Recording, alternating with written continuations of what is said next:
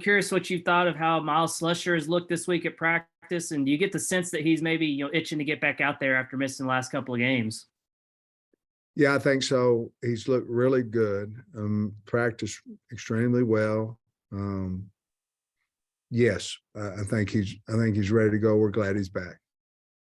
We've also seen Jashad Stewart out there at practice. Are you optimistic he'll be available for you this week too? I am. Yeah, I think he'll be fine. Tom? Hey Sam, you said on Monday that you consider Jimbo a good friend, and he repeated that same thing today. And y'all have never been on staff together, so what is it that's formed y'all's bond, I guess? Well, it's a good question, Tom. Coach and I visited quite a bit whenever he had a job opening. So we had the opportunity to visit there. We know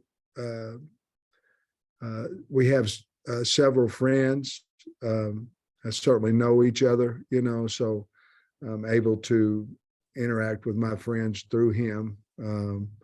Their director of football ops, Mark Robinson, he's a friend of mine, and we're able to talk. And I feel like I probably know him, sort of like you see a guy on TV, you may feel like you know him a little bit better than what you really do. But those interactions were from whenever he was looking for an offensive line coach, and he was talking to several guys.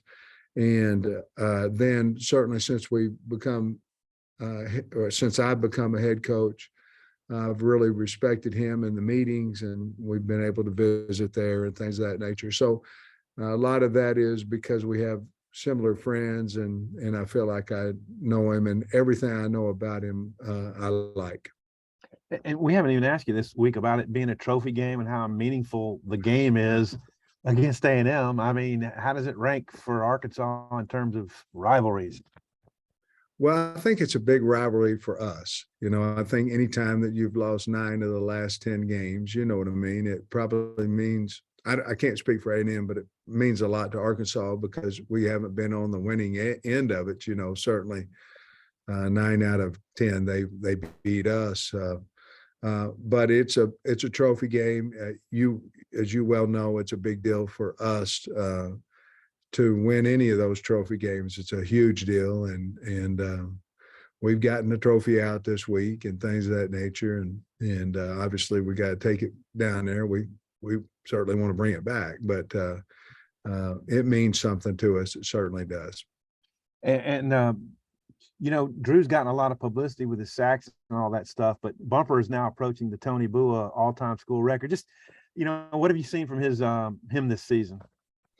It would mean everything to him if he could break that record. I mean, I know it would be. I think that was, to be perfectly honest with you, I think that was a big part of how we got him to come back. I told him when I was talking to him today, I told him there's only one guy in the world can say that they have the most tackles ever in the history of Arkansas football. And there's not many of those things, in life. And how long, if he could get it, how long he could keep it, I don't know. But, he's such a good person and good kid. And I hope that he can get that record. I think it'd mean a lot to him. Bob? Hey, Sam, how you doing? Hey, Bob. Working on some on Zach Williams, and I guess you've had him now for 3 years. I'd forgotten this. When he got up here in January 2019, he was an early enrollee. He said he weighed 204 pounds. So just what do you thought of the time, since you've been here, what do you thought about his development in terms of physical and mental and just playing and all that stuff? Well, certainly they've done a great job. He has too, as well, in the weight room and the nutrition area. But Zach, he's playing faster. I think every year, a big part of that is we have to have you a little more urgent, a little faster, finish a little better. And he's playing well this year and doing those things that we've asked him to do to make him a better player. But I would say his quickness off the ball, his finishing, all those things are better this year. And certainly, I don't know what he weighs, maybe 265 or so, something like that, somewhere around there. He carries it awful well. And he had 2.5 sacks last year, which, that's not bad, but he's already got 2.5 now in 3 games. Well, what do you think about the increased pass rush? And he's graded out real well against the run too. Yeah, he really has. Again, he's played a lot of ball, and now physically he's big enough to do what his mind wanted him to do, if that makes sense. And so yeah, I'm really proud of him. I think he'll just continue to improve. He's playing extremely hard, so I'm happy for him. Okay, thanks. Right.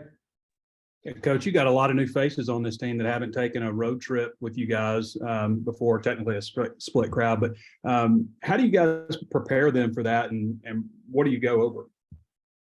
Well, Trey, I'm happy that we played a night game last week, because our routine for a night game we've already done. So that I believe that helps us. It takes a little bit of the anxiety out of it. Travel wise, it's always kind of cool when you get on a plane, because there'll be, I don't know, several that's never flown, or if they've only flown once or something like that. And you look around, they're scared half to death, and all those things. And it's always kind of makes me smile, a little bit more so a few years back than now. It seems like everybody's flying around a little bit, but we did the movie. We'll go to the movies again. So crowd noise wise, I'm so happy that, we got speakers in our indoor now, and we cranked it up in the mid to high 90s. What do you call it? Decibels. And hopefully we've had it high enough this week, but we've really done a good job with crowd noise. And we've stayed inside all week. It's been hot. We brought in some cooling systems, and we've stayed inside, and we will again today. I think there might be a break in temperature, but we always go indoors on Thursday. So we may just stay.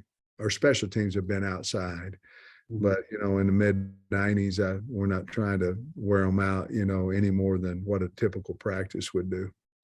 We saw Malik in this game a good bit. He played about a quarter's worth in this game last year, almost had a touchdown drive. And he's had success when he's touched the ball this season, but we didn't see him in the last game. I don't know if that's just because of the way the game played out or something, but you see continuing to use him in the role that you kind of outlined? Yeah, we have several personnel groupings with him in for this week. And it all depends a little bit how the game's going and different things of that nature. But we certainly are planning on using him in some formations. Thanks, Coach. Scotty. Hey, Sam, I know you love it when we throw Pro Football Focus numbers at you, but Bo Limmer is up there near the top in the country at the guard position. Just how is he playing so well? What's he doing to, I guess, grade out so well? I'm laughing, but he's playing really well. I mean, he's strong and he cares, and he's got the reps to feel confident. He's always had the athletic ability.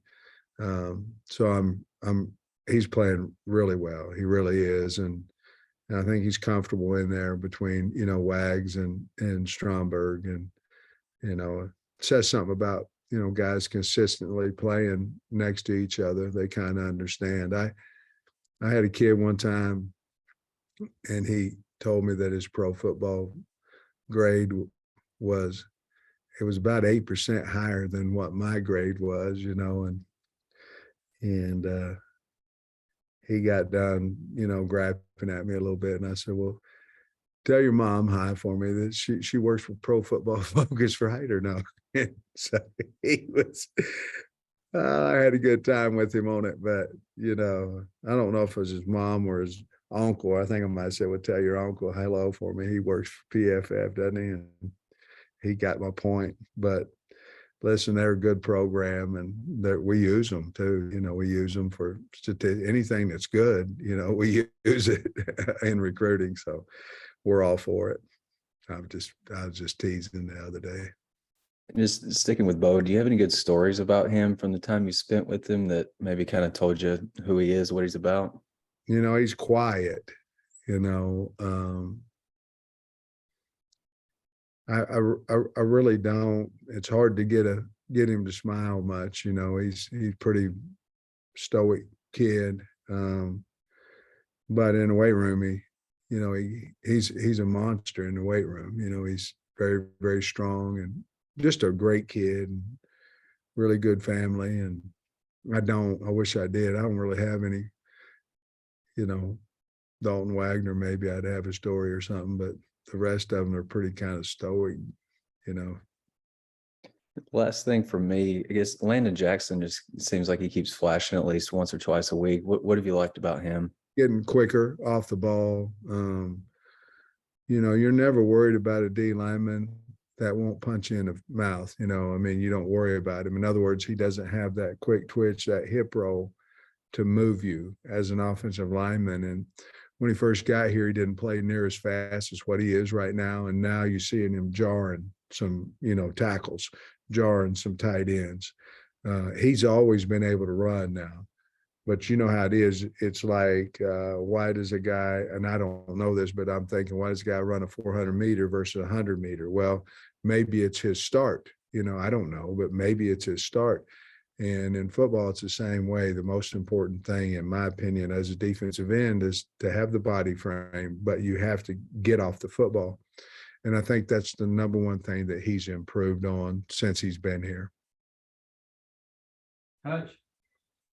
Coach, Nate was wanting me to ask you about Texas A&M's punter. He's coming off a really good game, and y'all have got Bryce Stevens obviously had the big long return. What do you think of that matchup? And do you think Stevens having that return maybe changes opposing team strategy against y'all? That one it has to affect it. It has to affect some type of strategy. They pinned I think Miami's starting field position. I don't know what it was, but I think it was less than the 20-yard line. And that had most to do with the punter. And so he's an outstanding punter. I think they're really good on special teams because they have, a great punt returner, great kickoff returner, and really good athletes. So, but I thought he was a major weapon last week in the win versus Miami for him. Sam, you can tell these kids that PFF means Pittman Football Focus. I should have thought about that when he was talking to me about how much better he graded. Okay. No, I tell you what it was. They gave a lineman of the week, an offensive line of the week, and he was on it. And he was like fourth graded on our team. And I'm going, I had no idea how you made that, And I think that's when I said, tell your uncle hello. He works for him, right? He's like, but Jimbo was talking about Devin A-Chan, how do you say his name? I guess he sounds like he must be a gunner because Jimbo was talking about how he downed those punts. And I don't know if you've watched punt coverage film or not, but what do you think about that? Having a guy like that? I mean, he seems like he can do it all. Well, he's fast. I mean, the guy's fast, and they're just using their best players everywhere on the field. They've got their linebacker who's a gunner on the punt team at times. I mean, they use their best players all over the place. I don't think that's unusual for them. And they've got one of their best, if not their best, top.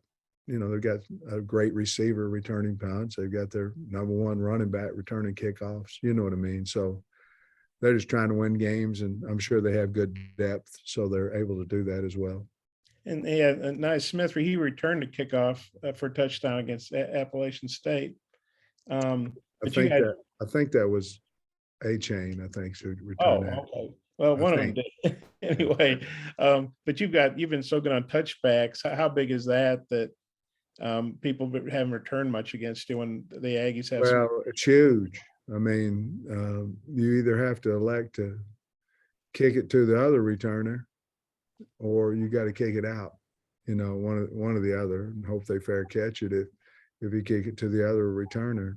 The bottom line is you really don't want to cover kickoffs against Texas A&M. I mean, you'd rather give the ball to them on the 25, you know. So we'll see how we're kicking when we get down there. But it's a big, you know, we put Vito last year, we put him on scholarship just to kick the ball out of the end zone. And that's what he did. So it's very, very important. Thanks. Trey, what time you guys headed out on Friday? And I think you said last year, like going and visiting the venue the day before is kind of a old-fashioned way of doing things, isn't it? Man, Trey, I wish that I had that in front of me.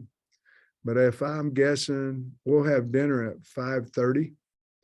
So hour and a half, 4. I'm guessing somewhere around 2. Probably we'll fly out. We'll have everything here. We'll do our subscript and our walkthrough and our meeting here. The old school way, and some people still do it. You know, they go to opponent stadiums and do their walkthrough in the stadium. You know, we don't. I did think last year about it though. You know, simply because it was something that's not a home and home. You know, it's something that I felt like indoors and all that kind of stuff, which we don't play indoors. You know, and except for this game. So I decided not to do it. So it'll be basically, we'll get there where we have about a 30-minute resting period before we eat team meal. And that's usually around 5:30. Thanks, Coach. Hey, Sam, did you detect any tangible benefits from beating A&M last year? Like, what did it result in for the Arkansas football program? How big is that? Well, that's a really good question. I think in recruiting is a lot about confidence, you know, and I think last year we were fortunate and we beat Texas and then beat Texas A&M. I think our confidence of going into the state of Texas and saying, okay, this is what we did. I think it helped us in recruiting that way. What it meant to the kids, I'm not positive, you know, but I know for us, it was a confidence builder that we could go into the state of Texas and say, look, we've had a couple of wins, you know, including Rice and that, but you know, we've had a couple of wins in the state and you're confident going in there going, you know, why not us? Why, you know, give us an opportunity. You'll like it if you get on campus. So I think it definitely helped us as a staff in recruiting, and I'm hoping that it helped the kids look at us in a different light. Yeah, and just briefly for you, you had Muss and Coach Van Horn down there, and I guess it was a moment on the post game from that one. Yeah, man, it was awesome. You know, it really was, and you know, I'd look like a not very good. Hopefully, nobody had found out I invited them down there if we lost. You know, but it worked out pretty good, and it really was. You know, I didn't know Moss, but I knew Dave, and Dave was always he was held like this, you know, to me, you know, and still is. To have him down on the sidelines and Eric, it meant everything, and then have that moment was super cool. All right, thanks, man. That's all I got. Go Hogs.